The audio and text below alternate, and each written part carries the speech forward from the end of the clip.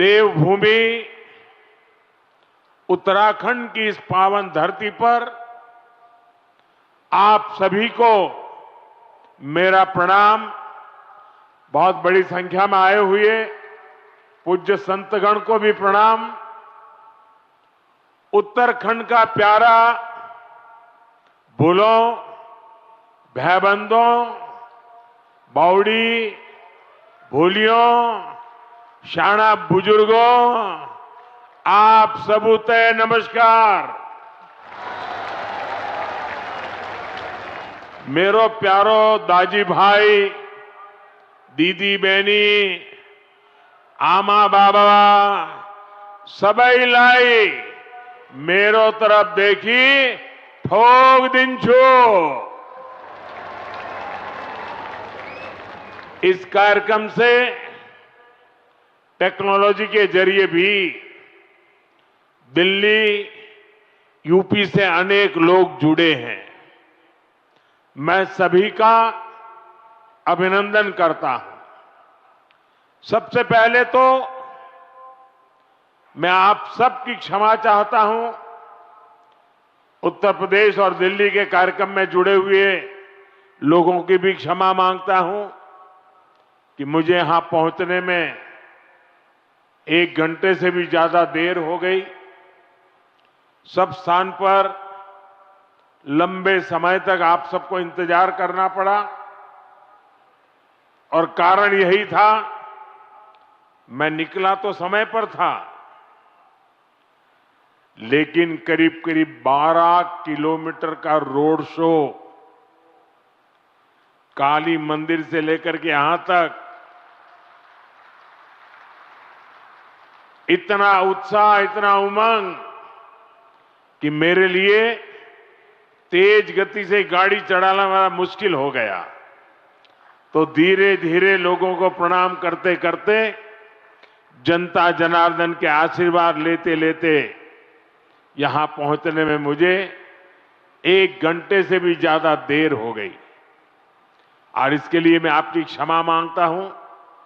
और ऐसी धूप में 12 किलोमीटर ये जन सैलाब,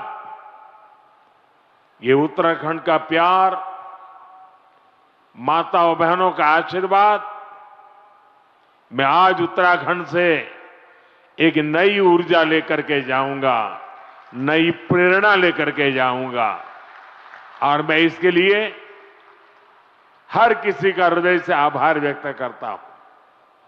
साथियों, आज देश में पर्व त्योहार की उमंग है।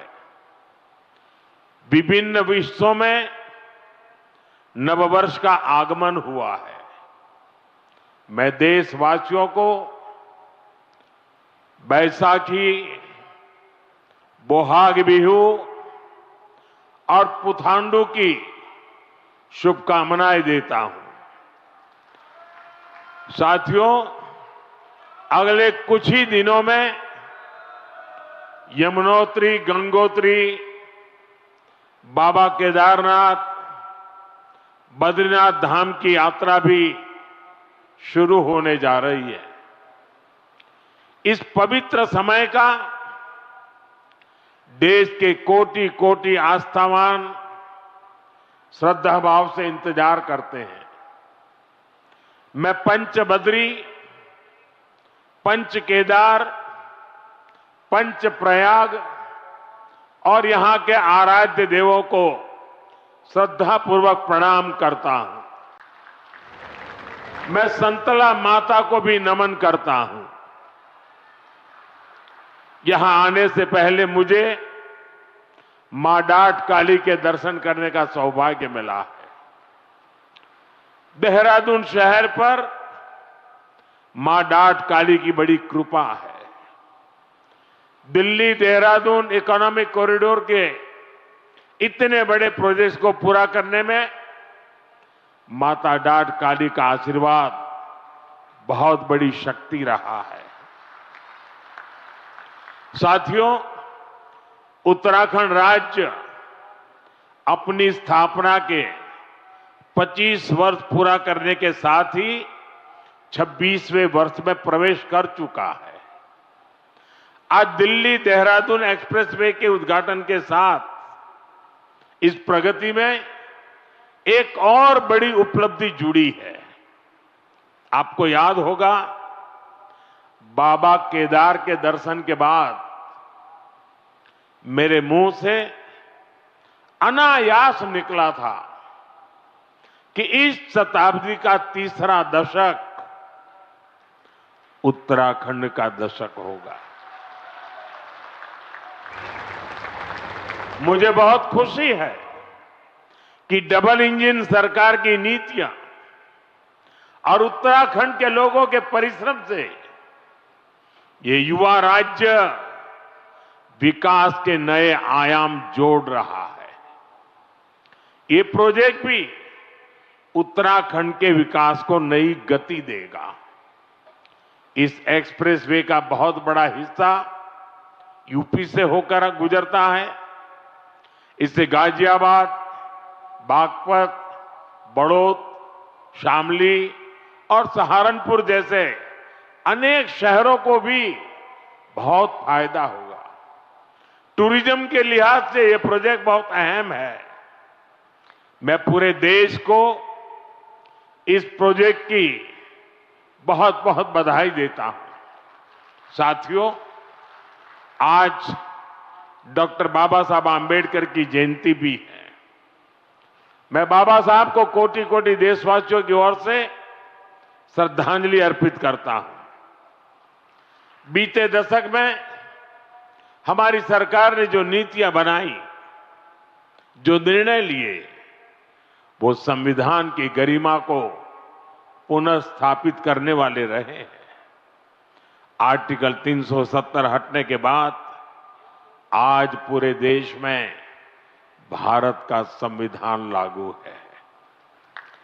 जिन दर्जनों जिलों में माओवाद, नक्सलवाद खत्म हुआ है, वहां भी अब संविधान की भावना के अनुरूप काम हो रहा है। देश में समान नागरिक संहिता लागू हो, यह हमारे संविधान की अपेक्षा है। उत्तराखंड ने संविधान की इस भावना को आगे बढ़कर और उस भावना को आगे बढ़ाकर पूरे देश को राह दिखाई है। साथियों, बाबा साहब का जीवन गरीबों को, वंचितों को, शोषितों को न्यायपूर्ण व्यवस्था देने के लिए समर्पित था। हर गरीब, हर वंचित को सच्चा सामाजिक न्याय देने में जुटी है।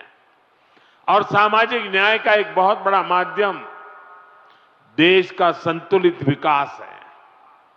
सबको सुविधा है, सबकी समृद्धि है। इसलिए ही बाबा साहब आधुनिक इंफ्रास्ट्रक्चर की, औद्योगिकरण की भरपूर वकालत करते थे। साथियों, भविष्य की दशा और दिशा क्या होगी, अक्सर लोग इसके लिए हाथ की रेखाओं को दिखाते हैं। जो भविष्यवेत्ता होते हैं ना,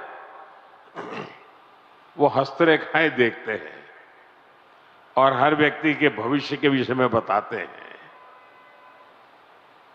मैं इस विज्ञान को तो नहीं जानता हूं, लेकिन कहते हैं कि ये भी एक शास्त्र है।